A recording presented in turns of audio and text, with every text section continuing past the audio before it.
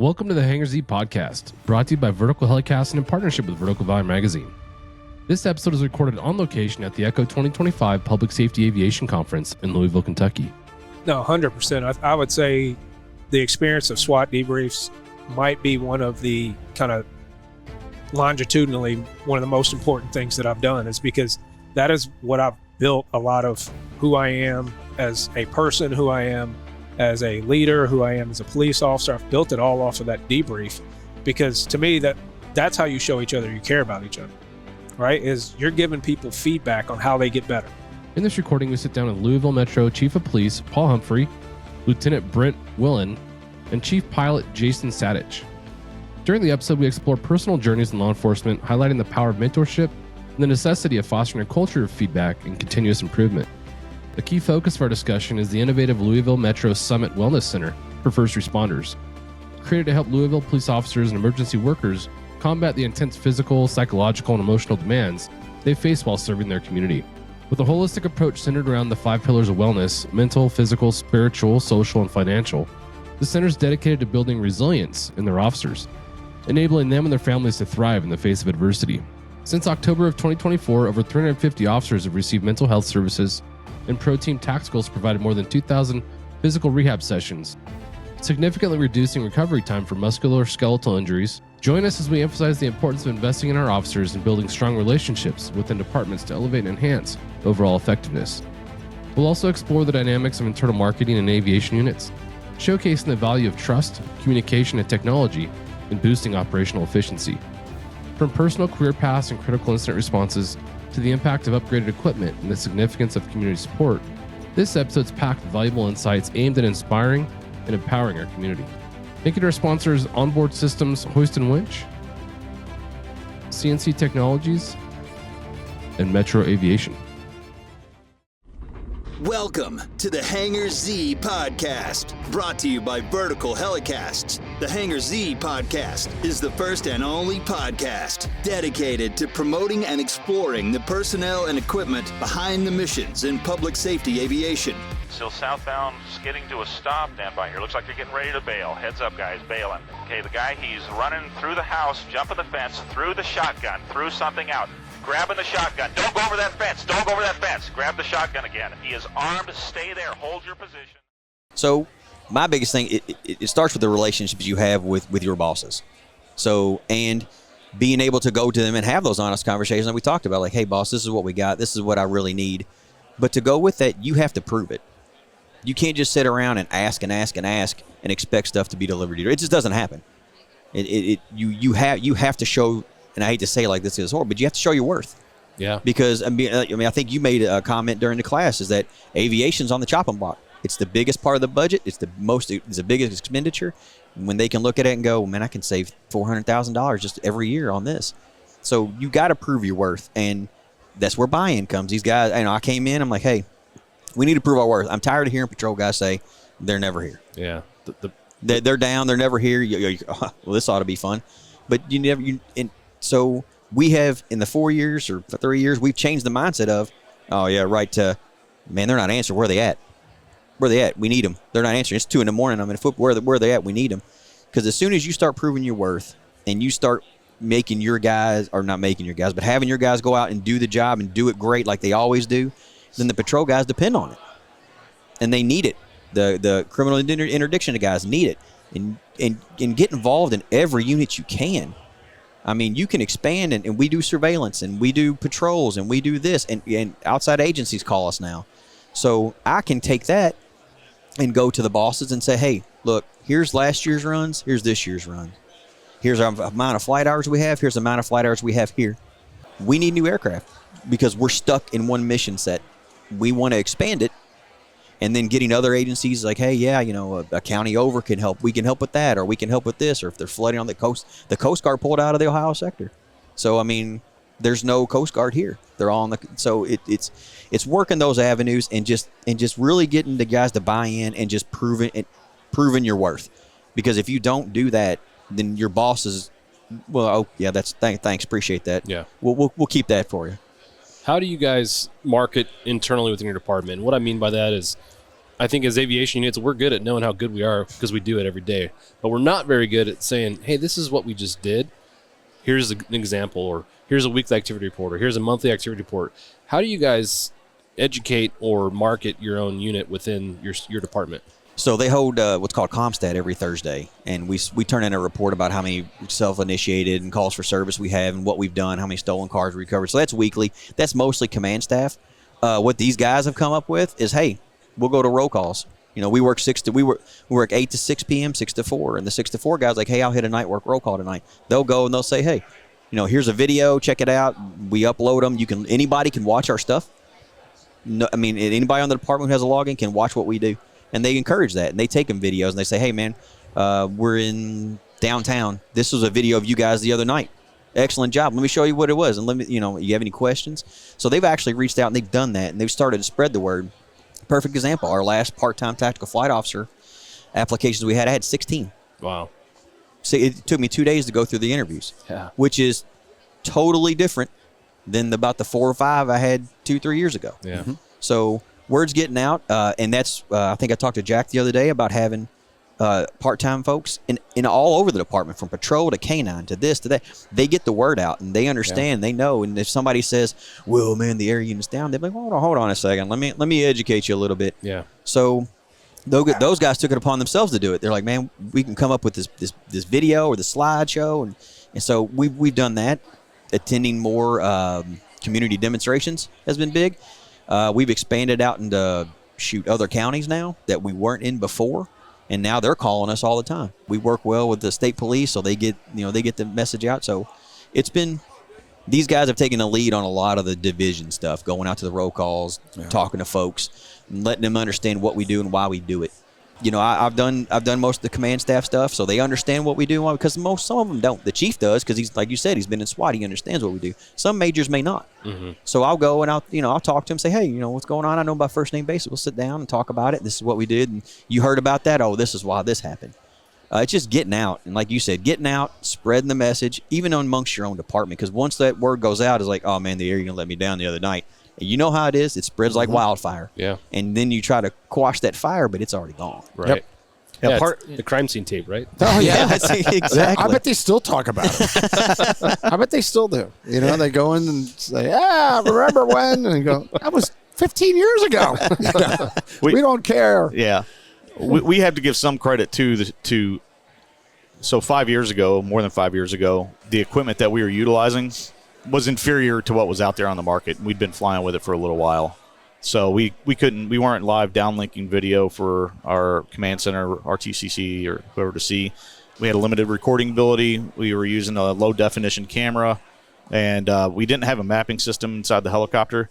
You went off, and it's hard to fly. At the time we're flying an MD product, we fly with the doors off. You can't carry a map book in an MD with the doors off.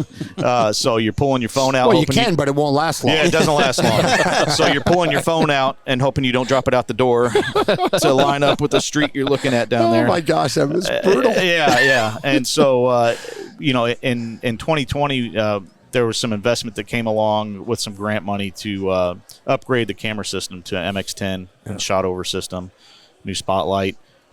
When that stuff came online, and the product that we started putting out, everybody on the street was like, hey, they're calling out addresses, and the video that we're then uploading that's in high definition that they're using in court cases, and we're making cases for them. Once they started seeing that, and honestly, that obviously made our job so much easier. Yeah. I can get on the radio and definitively tell you that guy ran behind such and such address, and he's there, and I can see it because the camera quality is so good. My monitor, HD, we didn't have that before. Yeah. So that's a game changer.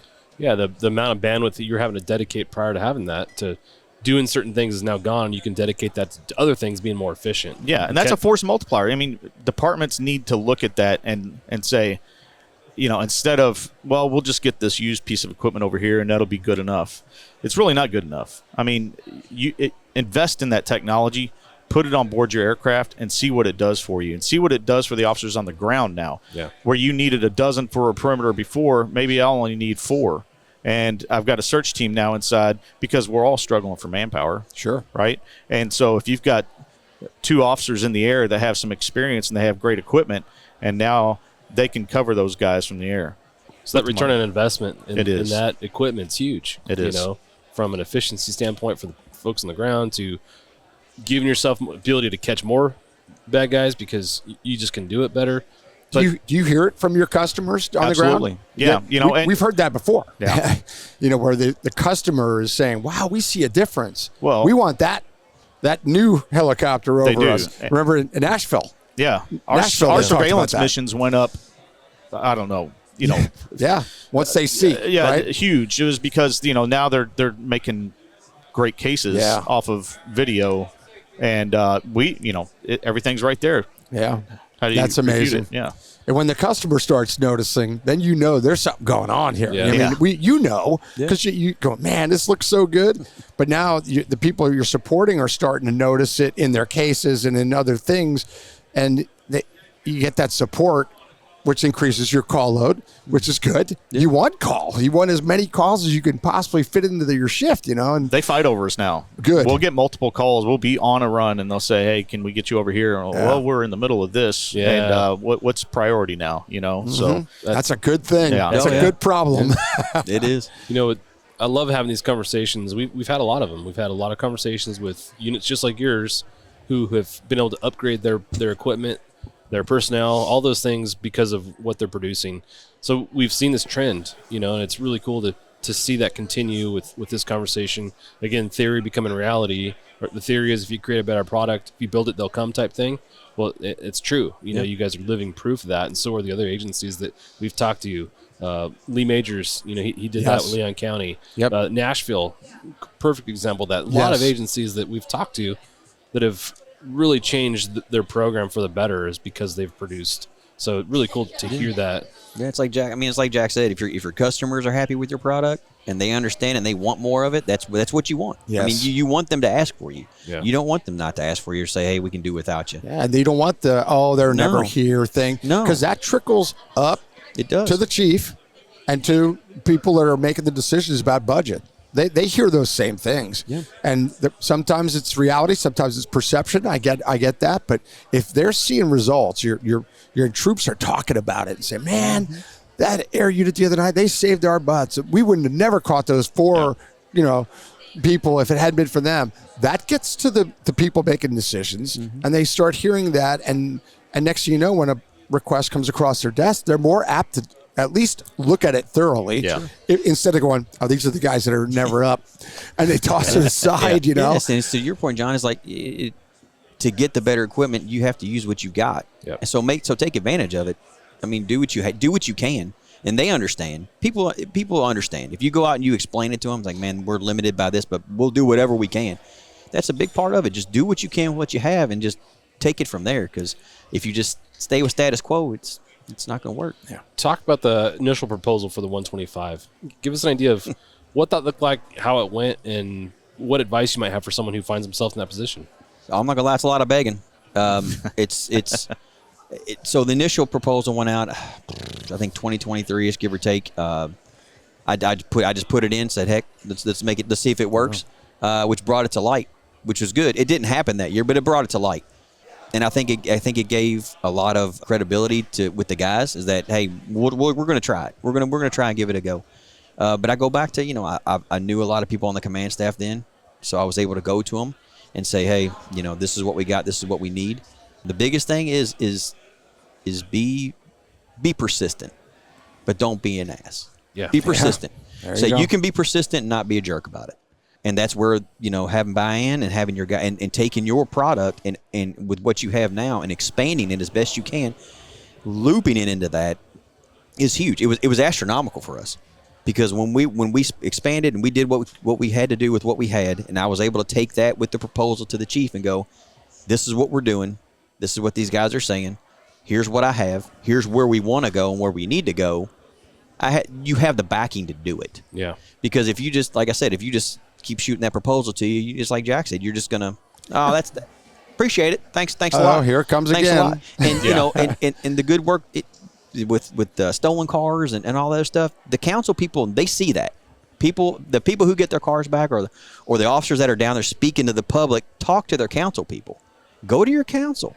Say, hey, this is what we have. This is my work product. Don't be afraid to go and just be persistent. You can be persistent and not be a jerk. Yeah. I think sometimes folks find themselves in a position where a request or proposal gets shot down, and that proposal gets thrown in the trash by that person because their feelings are hurt and they feel dejected or whatever. But what you're describing, I think, is the right approach. Timing wasn't right. Finances weren't right. Maybe the productivity wasn't right, but maybe next year it will be. Sure, and you put it on the radar. That's huge. Even if it doesn't get approved, you put it on somebody's got it on their radar. Wherever it stopped at, it's on their radar. So if you just keep chipping away at it, make better with what you have, and just keep going. Don't let that, because I mean it's expensive. I mean it's an expensive piece of equipment, and it's very hard for somebody to get that push through. But if you just keep showing your worth, chipping away, next year, well, here it is again. But here now you have a little bit of supporting documentation with it. It may not go then, but okay, that helped out a little bit. Or go to the boss that you know where it stopped at. Be like, why did you stop it? If you don't mind me asking, what do I need to do to get you to truly look at this? What do you think we need to do?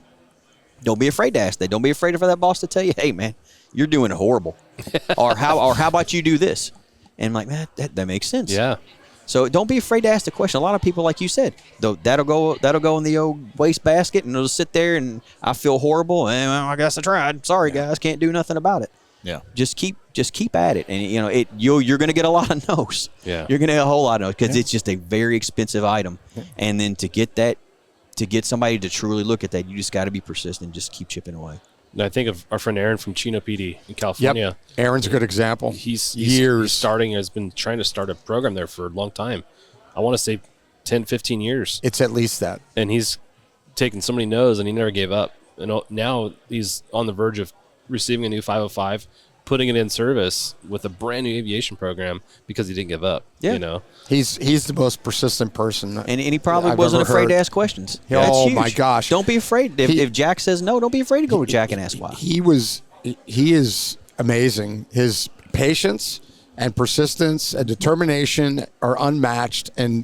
And finally, I mean, I would have loved to have been standing there and watch his face when he got the yes, because he heard no over and over and over. Ask Jason when my face was when I got the yes. Yeah, that's pretty fantastic. In an age of shrinking departments and lower manpower, you still got that line item where you've got an allocation for, say, 1,000 officers, but you have 700. That's money well spent going towards equipment that, like I said, you don't need as many people on that perimeter if you've got an airship overhead, right? So take some of that money that you would have been spending on officers and maybe start pushing it over here towards equipment that can lessen the manpower you need, on the street. Yeah, that force multiplier effect, like we're talking Absolutely. about, aviation is the It's one real. program that can do that. It's real. What's the one thing you most look forward to with the adoption of the 125? Power. Yeah. Yeah. You're kidding.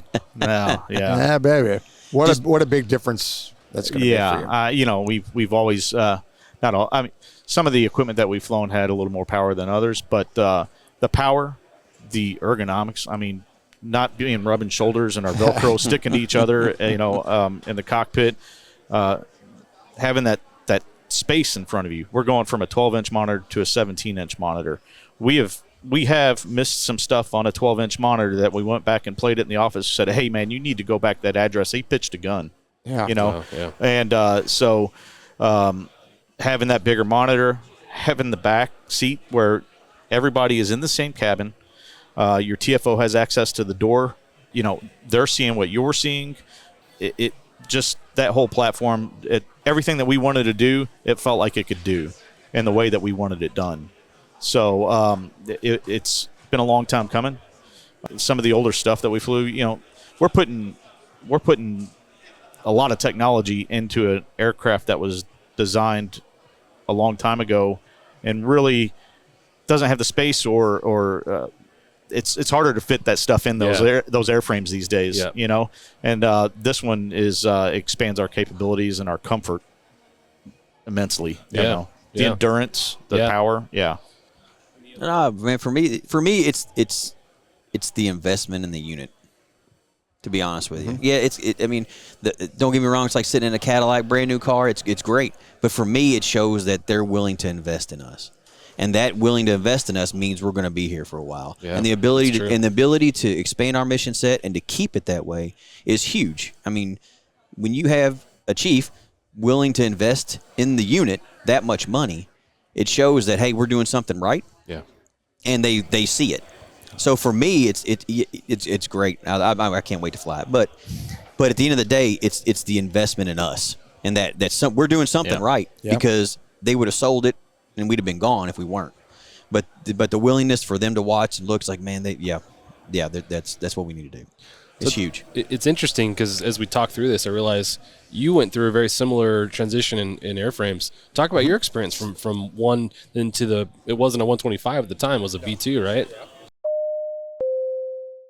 Thank you to our sponsor, CNC Technologies. CNC Technologies, serving law enforcement, government, and military markets with tailored mission solutions, system training, and live 24/7 support with CNC.live platform.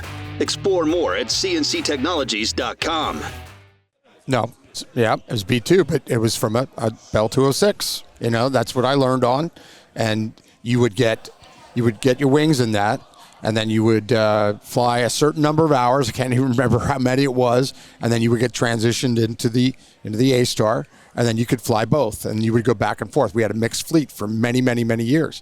And what a game changer. Yeah. Power. That's why I laughed. Because everybody went, you went from going, looking at that gauge and going, man, I'm right there. Am I going to lift off, to... Okay, let's go. You didn't even have to think about it. You did. You know what I'm saying. Yeah. You did have to still consider it, but it wasn't on the edge during pursuits. Clay mentioned it during the class, how you get over pursuit and power management, especially in the beginning, is such a big deal because you're excited and the adrenaline's flowing and it's easy to miss the power. So the power was big. The comfort was huge. Yeah. I like how you put it. I never heard that before. Our Velcro is catching. It's that is more than really once. good. Yeah, Jason, that was dynamite. I'm stealing that because it's true. It's true. That the leg room for the TFO, being able to slide that seat back, and because you have pilots and TFOs of all sizes. We had people that were well over 6 foot and people that were 5'3". Well, they're in the same aircraft. How easily is that as far as comfort? So the cup holders. Yeah. Yes. And I didn't even have those, but they have them now. The cup holders. It's huge. But yeah, those things mean a lot to the crew. Yeah. And plus it will add. See, I come from a unit that was very narrow, focused on, patrol and surveillance. Now, you're talking about the possibility of that hoist, and you have good reason to be talking about that based on everything I heard about Coast Guard's departed, and luckily the Ohio never floods. Oh, it does. Yeah. So having the hoist capability might be a really good thing for your department. Yeah. You have that option now. That's the other big thing that I didn't have to worry about. We had fire department doing that. We never got involved, but that's a factor in that aircraft as well. So I'm excited for you because I know you've been to the factory school. You know what it feels like. It autos differently. Yeah. And at first you go, whoa, this thing's dropping like a rock compared to what you were used to. But then you get used to it and you go, oh, I can do things in this too. Where there's a lot of RPM I can control here. Yeah. I can stretch this. I can do a lot of things in that aircraft as you get more and more experience, and you will quickly, you'll love it even more. What it can do compared to what you were used to. Yeah. So, and don't get me wrong. Your point on comfort too is like it's so. We are here 20 hours a day, 7 days a week. Yeah. And other than us, KSP is in Frankfurt, which is about 45 minutes away, and then Lexington is about an hour. And we're it in our area. So about our 5-6 county area, we're it. So the ability to stay airborne longer, or if we have to stay airborne longer, the ability to be comfortable as much as you can while you're there is huge. Yeah. Because if we go to rural counties and we assist whoever, that doesn't matter. You call us, we're coming. Yeah. So the ability to have that additional flight time plus the comfort of all the guys in there. Or if we have to put somebody in the back, it's great. Yeah. So yeah, I mean, it's huge. Yeah, huge. It's opening up opportunities to even serve better and more. That maybe another airframe may have done that, but may have not have done that. Certainly, 206. Don't get me wrong, I love that thing. Yeah. I mean, I loved learning on that. I loved flying it in patrol. It had a lot of pluses, but all the things you've been talking about monitor room and comfort and power and future capabilities, you're going into an excellent airframe. Yeah. No doubt about it. Are you guys going to hold on to the 206 for training? Or We you are. guys? Okay. Yeah. Good. Yeah, Very so we'll cool. have the 206. We have two of them, actually. We have one that has the mission equipment on it and one that doesn't. And then we'll have the A-Star too. Good. Awesome. Yeah. Yeah, really cool. Let's go back in time, as Jack says. Ooh, we need a new sound effect for that. Is this like I don't know. No, that's kind of creepy. Well, depending on the background, depending on where we're going.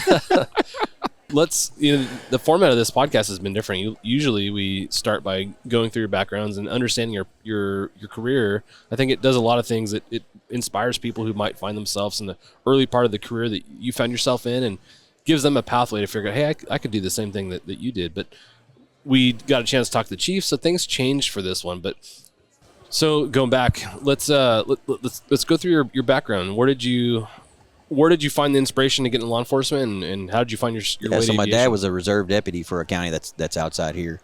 So hearing his stories, it sounds cliche, but hearing his stories and really getting interested in it that way. I was a dispatcher for a local police department and our sheriff's department here at the time. Then it was the Jefferson County Police before we merged. So I got hired there, and here I am 23 years later. So Jefferson County Sheriff's Department merged with Louisville? No, so the Louisville Police Department and the Jefferson County Police Department merged together. So there's a Sheriff's Department and the Louisville Metro Police Department. So there's a Sheriff's Department, a County Police, and the City Police all in this county. So the City Police and the County Police merged together in 2003. And I got hired in 2002 under the County Police, and then when we just merged in Louisville Metro. Gotcha. That's cool. Did you know at the time you'd have an opportunity to go into aviation? No, I had no idea. So I think they've been around. Shoot, they were there. I remember it for a long time. And to be honest with you, at the beginning, I wasn't interested in it. I mean, it never really came up because you see the unit and there's like 5 or 6 people. You're like, yeah, okay. It was really on my back burner, to be honest with you. I didn't really think about it. Until I was a sergeant and the sergeant opening came up, and I was like, that may be okay. So I went and talked to a few people. I didn't put in for it at the time because I was like, man, I don't have the experience. But you don't put in for something, you're not going to get it. I'm just letting you know, it didn't happen. So I mean, if you're interested in it, put in for it because you're not going to get it if you don't. So I went and talked to a few people, and I was like, man, maybe not right now because I was enjoying what I was doing, and that's a huge thing for me. Is that if you enjoy the spot you're at, don't leave until you're ready. Yeah. Don't go for promotions till you're ready. I didn't go for sergeant lieutenant till I was ready to go, till I exhausted all the stuff I wanted to do in that rank. Officer, sergeant, lieutenant, doesn't matter. So as I went, I got a little more interested in it. I got promoted to lieutenant, went to the chief's office. There was discussion about making the lieutenant over all the 3 units, the river mounted and the air unit. They did it, and I had went to work for the chief as he was lieutenant colonel over the Accountability and Improvement Bureau to start it up, and then that spot came open, and I went over there and. Talk about that accountability assignment. What is that unit, and what do you do there essentially? Yeah, so it's the Accountability and Improvement Bureau, and what it is it's just so I started with what was called the Performance Division. So basically, the audit unit would check body cameras to make sure that stuff was right, and we built it as more of a instruction more than a discipline kind of stuff. So if they found an issue, they just train up your folks or do this, or if they found something good, they wrote a letter of commendation for it. That's cool. So it wasn't just, hey, Jack, you did something wrong. How about you handle it like this? It was, hey, man, that was awesome. Did your supervisor put you in for anything? Nope. Okay, let's write it up then. Wow. And then I would write it up, or my sergeant would write it up, or somebody would write it up, because I mean, a lot of that stuff, supervisors don't have a lot of time to do. So if we found some stuff associated with that, we wrote a letter of commendation, a couple awards if it was necessary. I had something called the Performance Review Board under me, and what that does, so like officer-involved shootings or critical incidents that an officer gets placed on the administrative stuff, that board reviews their case and gets them back to work faster than they've ever done. I know the chief, I mean, he's done, when he was there, he did a heck of a job, getting that push through because, if I'm involved in a shooting, it used to be, a year or two before I came back. Wow. Now it's months. So as far as, mental health goes, it's huge. Yeah, because you're wondering the whole time. Did I do something wrong? You're Yeah. questioning yourself. So that performance review board actually gets folks back to work faster. And that's the way it was designed. You go in front of this. You don't even go in front of it. They just review it, recommendations. The chief looks at it and goes, I think, he's ready to come back to work. She's ready to come back to work. And that's huge. And then I had inspections and compliance, which that's what it is. I mean, they go around divisions, inspect, make sure you have your stuff and stuff like that. So, I mean, we started it when I was there, and then I left. Probably it wasn't a couple months into it, and then they opened up the spot, went over there. Oh, cool. Yeah. What a unique background. Opportunity to do a lot of stuff, like you said, every other year or so. And I've done a ton of stuff, and like I said, it's just if you get in a department, I'll say for a department this size, if you get stagnant or you don't like where you're at, then that's it's on you. It's you. Yeah. I mean, it's because there's so many places to go, and if you can't get there, try. Do it. Find somebody that will tell you how to get there or will help you get there. It's just, I mean, there's so much stuff to do. When you think through all the different assignments you had, the different positions you found yourself in, what was maybe one impactful incident that you can recall and be like, man, I've thought about this a lot, either in a positive or negative way? I can't really think of. I mean, there's been some stuff with the air unit like we've observed. I mean, I think it was me and. I think it was me and Rob, but we saw one of our plainclothes guys get shot at. Got it on camera. I mean, it's huge. There hasn't been any really big thing. I think Jason and I were up for the National Bank shooting about Nick Wilt. We were up that morning and, trying to do what we can. And, I think, Jack, you touched on it in class. It's like, you're up there and you want to land. You want to help, but you can't. So you do what you can. And I don't want to say it's a hopeless feeling, but I'm like, man, I know you think you can do something more, but you can't.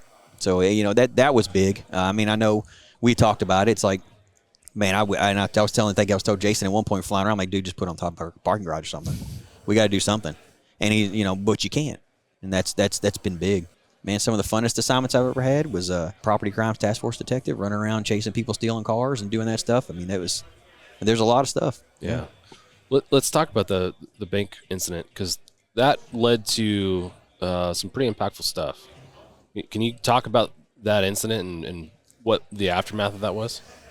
I can tell you what I know. I mean, I think we were working that day, and it came out, and we responded to it. The community really rallied around us. I mean, to be honest with it, it was big, and a lot of the wellness and stuff like that came from that. So it was something. What happened with the incident itself? So, if I remember right, because you may have to help me out. So it was a worker, correct? Yeah, they were on a conference call. It was a conference call with that. I don't know if that's a branch or if that's just an office that deals administratively. The bank, right? Yeah, and they were on a conference call with other people. I think the initial call came from somebody who was on the other end of that video conference and had seen a gunman come into the office and start firing. So we've had swatting calls, and initially it kind of sounded something like that, but then we started getting more calls, and we knew, like, no, this is legit. We had just walked in the door. We hadn't even finished pre-flight in the aircraft, and so when you hear that second one, and like, all right, this isn't normal, we had the aircraft out, fired up really fast, breezed through the checklist, and then take off and head there, and you hear officer down over the radio. Man, I've heard it a couple of times, man, and it sends chills down my back even saying it now. So we hauled ass over there. We have some fantastic air traffic controllers that work here in Louisville, and we told them, hey, listen, this incident is happening right underneath the approach for 17 left. We need this airspace right here. And so they switched the flow. Going northbound. Stuff could take off and go way over us if it needed to, but they gave us what we needed. We got on scene and just kind of helped, where we could. If an ambulance needed to get through, this is your best route. Hey, can we get some tow trucks down here? Because you've got cars stopped in the middle of the intersection. The whole place is shut down. There's cop cars everywhere, fire trucks, ambulances. You've got SWAT guys arriving to come in there and clear that building because you've got people that live in that building. You've got other offices. So they right before we arrived, they had thrown Nick in the back of a patrol car and got him to University of Louisville Hospital, who have some of the best trauma doctors in the world, in our opinion. They saved his life. For Nick, as I understand it, he was new police officer. Yeah. In field training. Talk about the approach he made and kind of what happened to him as that went down. Whether your mission is saving lives or servicing high-value assets, Onboard Systems Hoist stays ready to assist. Features such as single-point payout reduce the potential for hoist-induced load swings, enhancing overall safety. For more information, go to hoist-winch.onboardsystems.com. Yeah, they have put the video out, so that's how we learned about how this happened. They arrived on scene. They parked away from the building. The FTO pulled out his patrol rifle. They made their approach up to the building.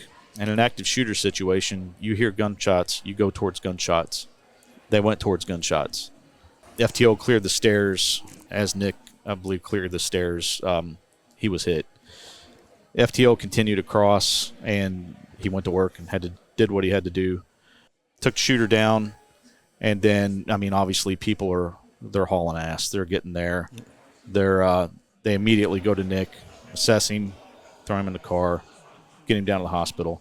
Now you've got everybody else arriving, making entry, doing the clearing, addressing the wounded, doing triage. This is stuff, you practice for this, and you do it in the academy, or you do it in a training environment. This is real world, unless you were a combat medic, or unless you had combat time in Afghanistan or Iraq or something like that, which probably some of those guys had. Mm-hmm. You haven't seen a scene like this before. You're going in there and doing combat dressings. And then you've got your EMTs that are going into a scene that's not cleared yet, and they're putting in work, right? So everybody really stepped up to the plate that day, and it was awesome to see, and a terrible incident for them to have to come and see. Yeah. And like he said, a lot of the wellness stuff came from this. We had officers that are experiencing things I've never experienced before. And so, for them to have a place to go to and decompress and maybe get that help they needed, it's a big deal. Man, there's a lot to unpack there. You think of the chaos surrounding an incident like that. I'd imagine at some point in your career, you had stuff. We debriefed a few incidents this week in your class. While they weren't as chaotic as what he described, at least from your description, a lot of those elements existed. An officer down call, regardless of the other parts of it, are as traumatic as it could possibly get. Having an asset overhead to help control some of that chaos from an air support standpoint, I mean, that's best case scenario. I can't imagine going into an incident like that without an air crew overhead to help try and mitigate some of that chaos. Yeah, you're gonna help where you can. That's all you can do. Yeah. But so from a response standpoint, there's tons of obstacles, and then the aftermath. From the folks that responded and dealt with the citizens and victims of that crime, to the officers who went and saw a police officer down, and that is dramatic, which leads to the development of the Wellness Center and the foundation. So I want to touch on your foundation for a minute, because that's really cool. The support that you guys offer your agency from within is great. A lot of agencies don't have this program for whatever the reason, but talk about the program and how you've developed the support to make this thing happen. So, if I can remember right, the foundation was really it started I can't remember how long ago, to be honest with you. So the board is made up of people from the community, folks that want to help, and the very very basic way to talk about it is that they provide equipment and training for us that the department can't. And when I say equipment, I mean there's expensive equipment, and I think it was started by the Texas Roadhouse founder when we needed ballistic rated plates, and he actually wrote the check for it to the foundation and bought them. And I believe it really started there, and then it expanded. I don't know how big the board is now, but they're from all over the community, people, and they love us. They absolutely love us. And we can go to them if we need training or we need equipment that the department can't necessarily pay for, and say, hey, our night vision goggle training came from them. I went and say, hey, we have these goggles for 5 years, but we don't have the training. Can you all help us? And it filled out the form. 2 weeks later, I had the check. We had a division that had to move out of their building, their headquarters, their division. They had to move out foundation built them a building. Wow. So an entire patrol division has a new building because of them. It's crazy. It just and the executive director and my wife works there, and they work their butts off. They work their butts off, and so does the board, to get the funding and get the help that we really need, because these folks care, and they have a big gala once a year, and we're all invited, and we go and we talk to all of them. We talk to people that come from the community, and it is huge to have somebody come up to you and just say, "Hey, thank you." It's huge. Mm-hmm. It's bigger than you. All know, but it's bigger than some people can think. It's like just by them saying, "Hey, no problem." 2 weeks later, I had the money for a training, and they don't know us from Adam, but they know it's going to help us, and they're more than willing to do it, and they're more than willing to go out and solicit people to help us and to get funding and for all of this stuff. And the good thing is they help us, but they're separate. So they're not attached to the city. They're not attached to the police department. They are people in the community who want to help, but aren't associated with the city. Yeah. So you know that it's coming from their heart. Going back to Nick and the bank incident, because I guess where I wanted to go was talk about the support that they offered him, and they're continuing to offer him as he heals. Can you talk about the treatment he received and where he is now and how the foundation's helping him? A little bit. So I know that obviously he went from U of L to Fraser Rehab, and now he's home and he's walking. Wow. Yeah. It's amazing, and really it's the foundation and the community that support him. Period. The department supports him. Obviously, we do, hands down. But the community step up has been huge. It's been enormous, and then that aspect comes from the foundation, where yes, we're helping him.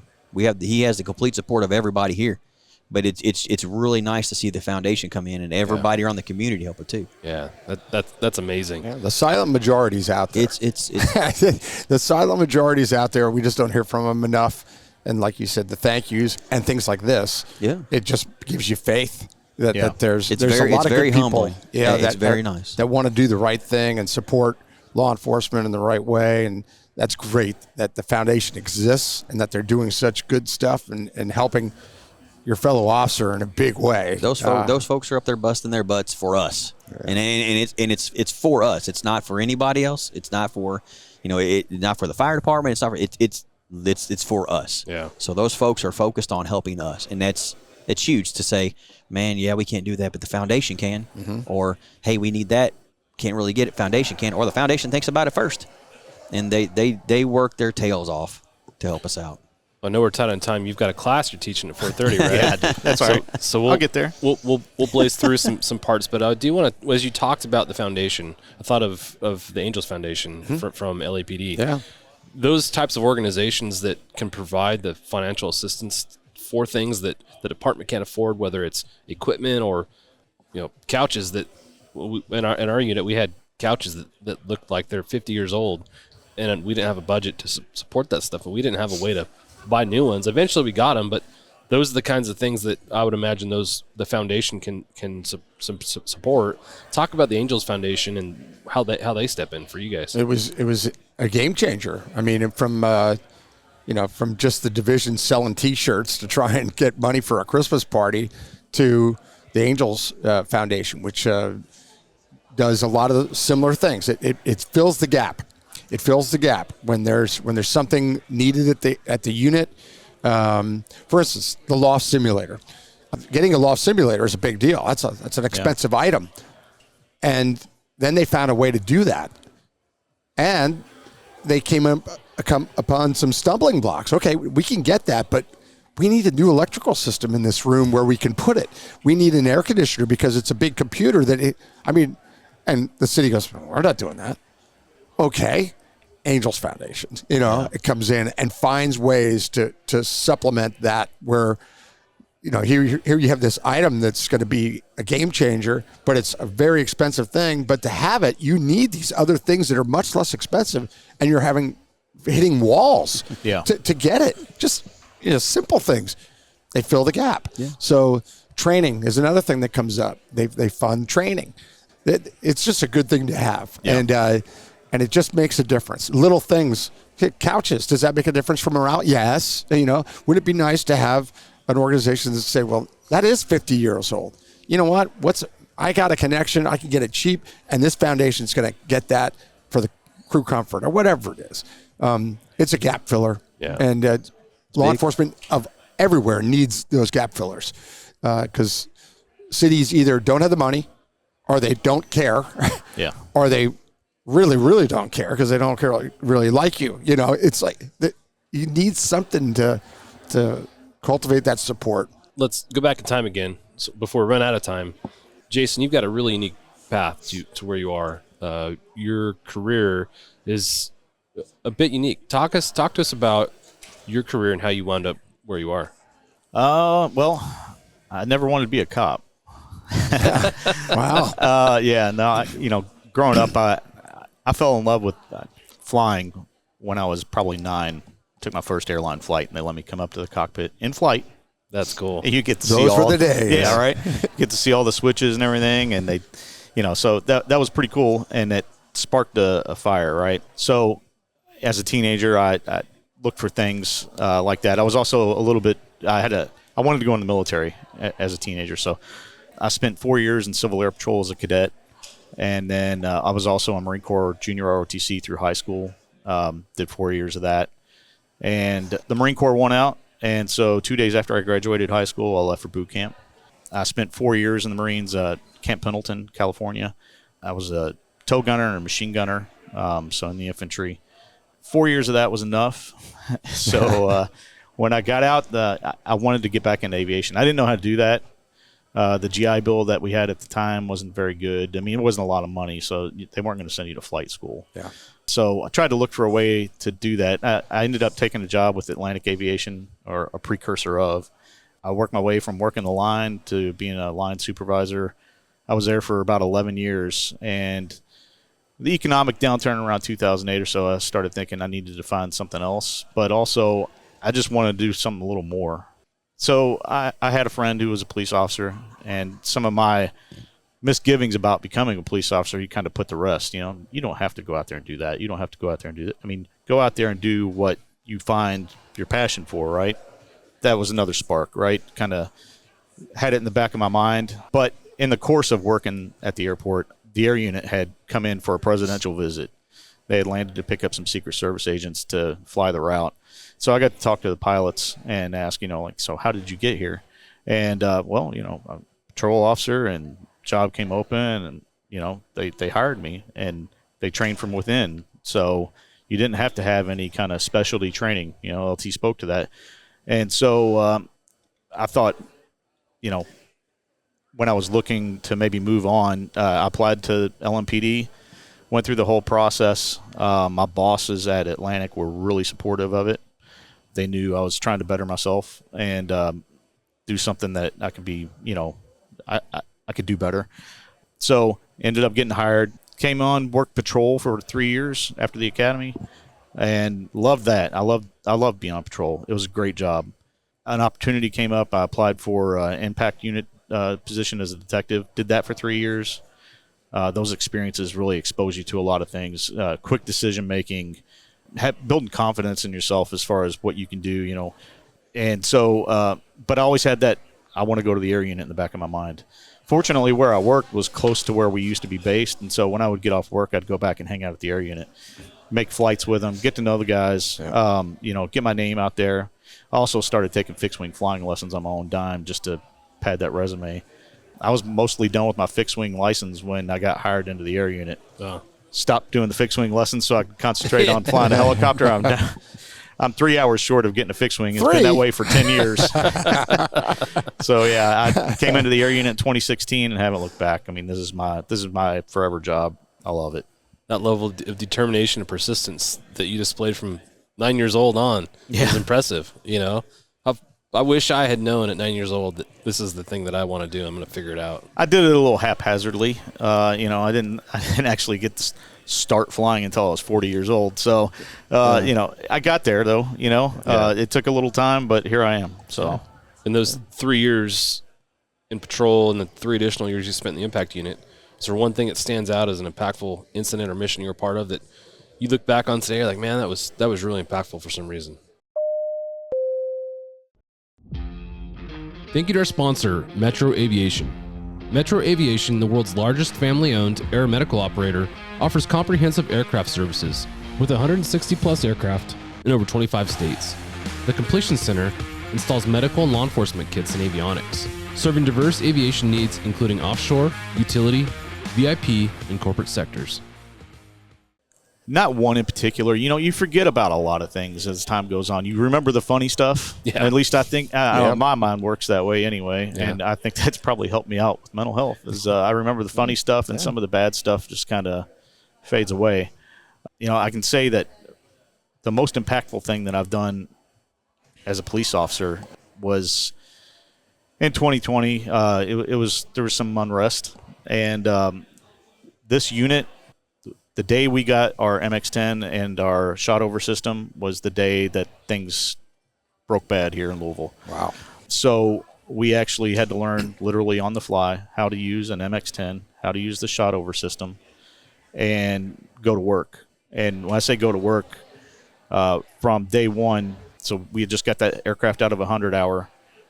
We worked 18, 20 hours a day. We'd go out, we'd fly 2 hours, land, hot fuel, switch crews, take off, fly 2 hours, land, hot fuel, switch crews. Wow. We'd shut down after 6 hours, check the oil, we'd fire it back up, we'd get back up in the air. We went through 100 hours in 8 days. Wow.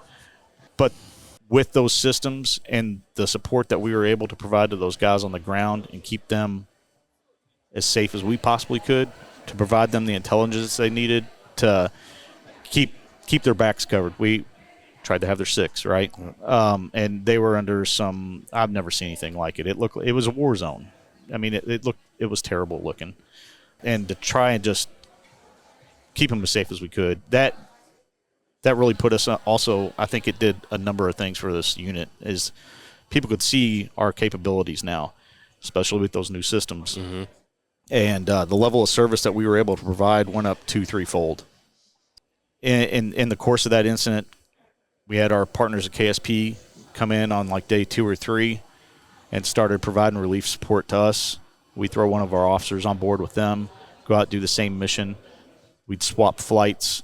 We went through another 100 hours in 9 days after that. Wow. And then that continued on, for months. I mean, it was a hard time, but everybody stepped up to the plate. We started bringing in part-time TFOs. That's when that mission set started. It was a little bit hard to get training for those guys. They also had to learn on the fly, and LT was in that initial group, and so that expanded our capabilities too. We were able to now work hours we weren't able to work before because we had TFOs coming in where we didn't need 2 pilots working. We could stagger those pilots on different shifts, have our TFOs and come in and help us out.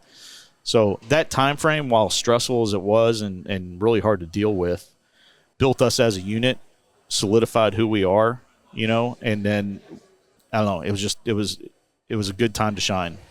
Yeah, I feel like that time period nationwide really elevated airborne law enforcement platforms and highlighted the good work that can be done from so many different levels.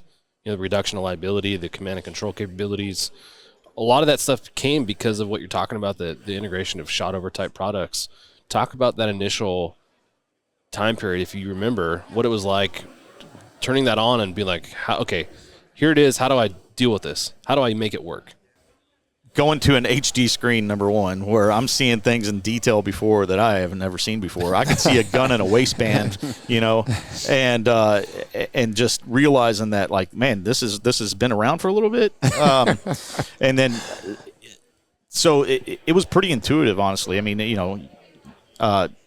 again, we didn't have any real period of instruction. We did have somebody come along and after the fact, because we didn't have the time to do it before, right. And go over some of the finer details. But for the basic stuff that you had to do, it really didn't take a whole lot of learning. I mean, you go up there and hit your parcel, hit your get your streets up, get your numbers on top of your houses, hit record, and so there were some finer things that learning came along with later. Being able to get speed on a car as it's racing along at 100 miles an hour. and having that recorded, and that's good evidence for use later on, or being able to upload that video later and for somebody to come along and take a look at it, and maybe even ID a person from your airborne video. Sure. You know, so it greatly enhanced what we could do. Everybody could see that.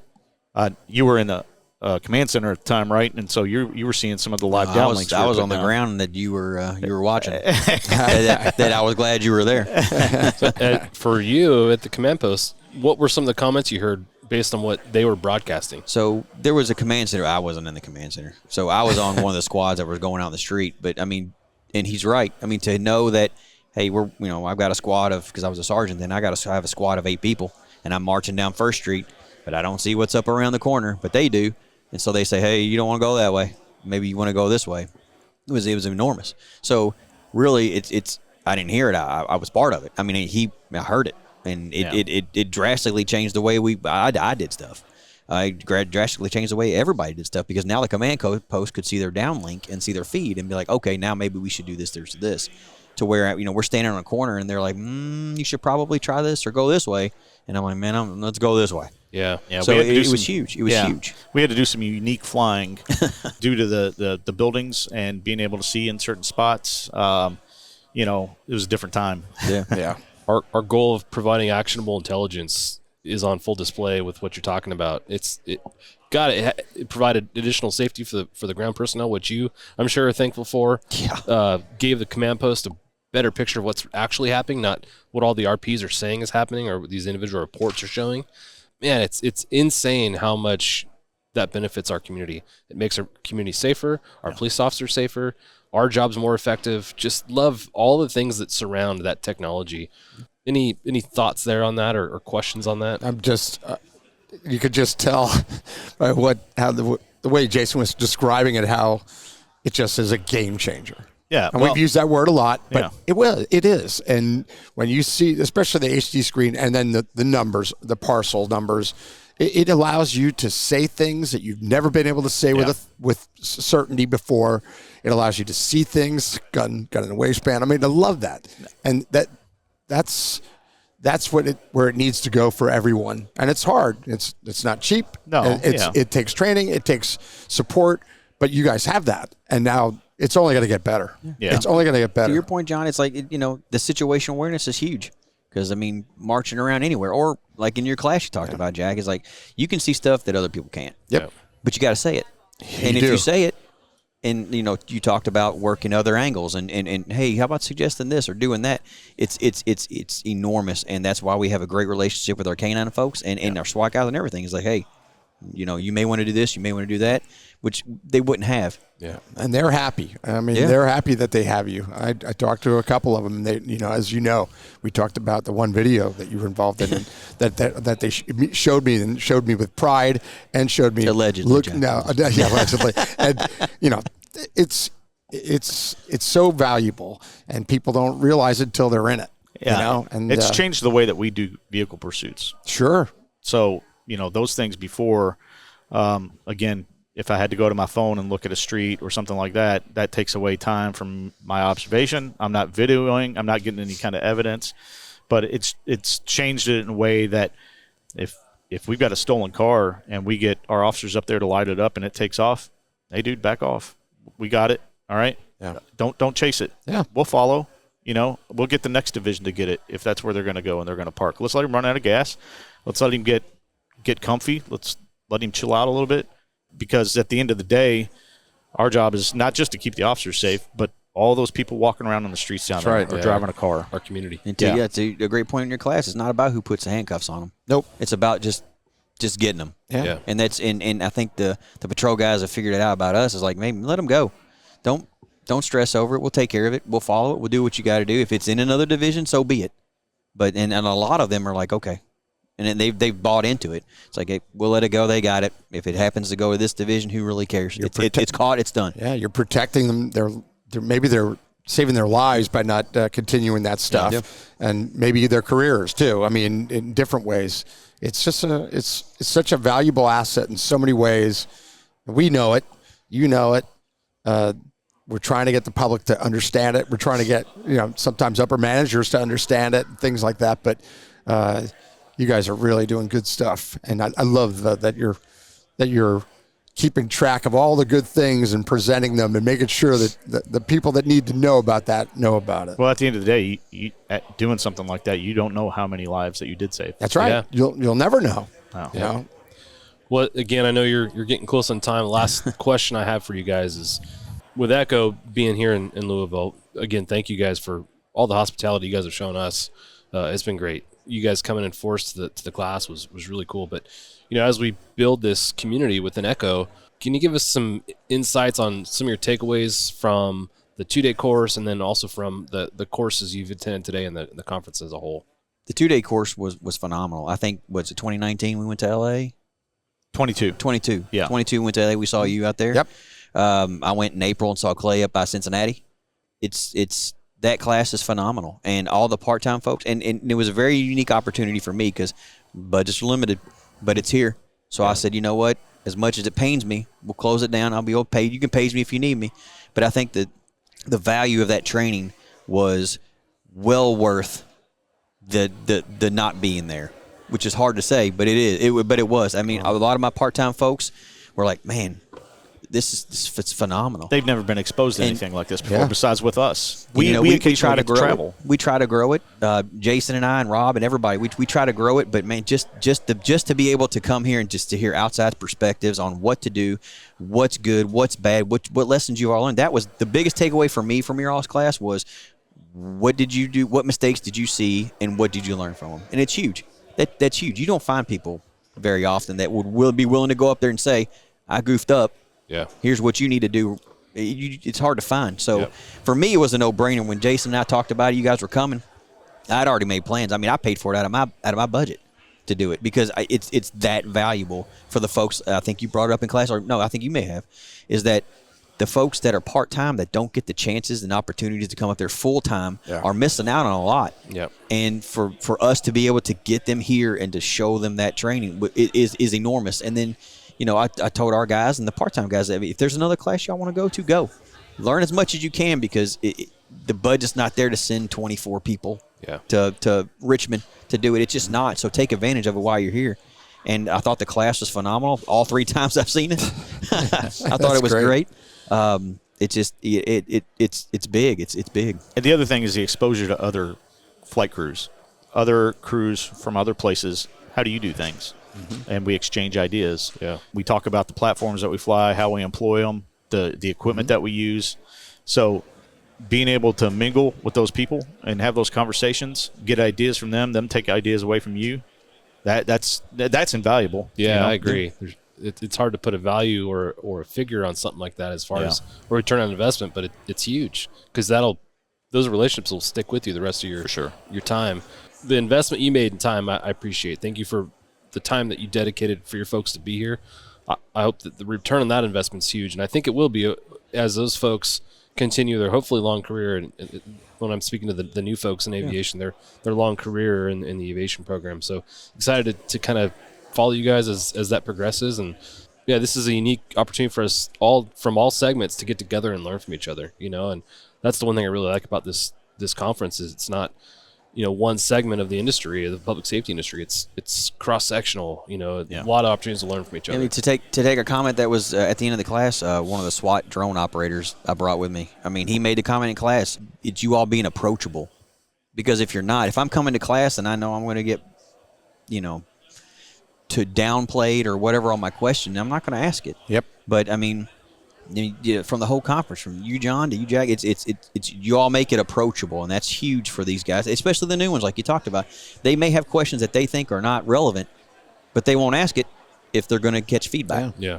So so that was huge, and that's a couple of them actually told me about it. It's like, man, that class was great. Those guys were awesome. I could ask whatever I wanted, and I didn't feel like I was a jerk, or I didn't feel like I was bad, or I didn't feel like I didn't know what I was talking about. Yeah. Well, that's how Clay and I met. It's big. I mean, because he was a student, 25 years ago, and I've always prided myself in, I want to help as many people as I can. And he just came up and thinking I was going to just say, go away, kid, and he comes up and we became friends.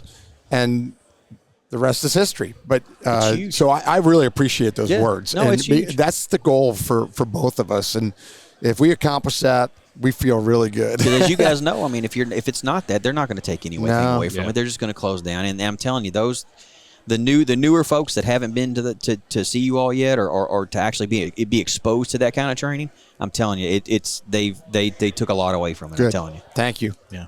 Well, guys, thank you again. We're going to follow in your class, so All right. we'll heckle you from the back if you want. All right, well, that's sweet. There'll be plenty of people there doing that. Hey, just come with low expectations, okay? There's a long list. Be prepared. You want to plan a question? You want to tell us a question? We'll ask in the back. No. All right, guys. Well, thank you again. Thanks for the hospitality. Thanks for joining us. Thank Taking you. time away Thank from you. all what's going on here to sit with us. Thanks a lot, guys. Yeah, appreciate it. Thank you. So in 10 minutes. Yeah. We'll catch you later. Yeah. Cheers. Cheers. Thanks for joining us for this episode of the Hangar Z podcast. Don't forget to like and subscribe to hear more stories that promote the personnel and equipment behind the missions in public safety aviation. Lastly, stand by for a message after a word from our sponsors. Cheers.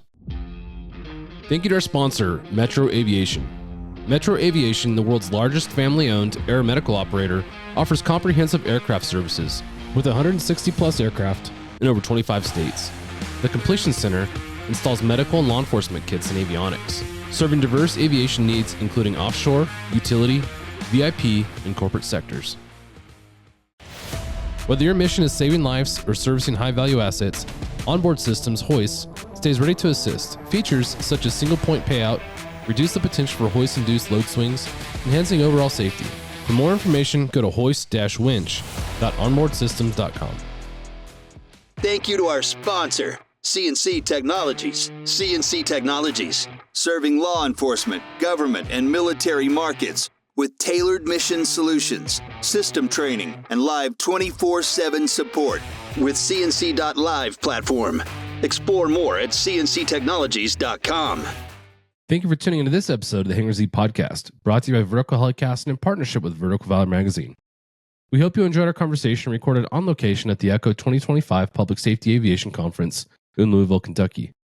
Today, we had the privilege of sitting down with Louisville Metro Chief of Police Paul Humphrey, Lieutenant Brent Willen, and Chief Pilot Jason Sattich, as we explored their personal journeys in law enforcement and the vital importance of mentorship and continuous improvement within the field. We also highlighted the innovative Summit Wellness Center for First Responders, dedicated to supporting the mental, physical, spiritual, social, and financial well-being of officers and emergency workers. The incredible success stories from the center showcase the positive impact these resources have had on officer resilience and community support. Thank you for being a part of our journey today. Don't forget to like and subscribe for more insights and inspiring stories from the Hangar Z podcast.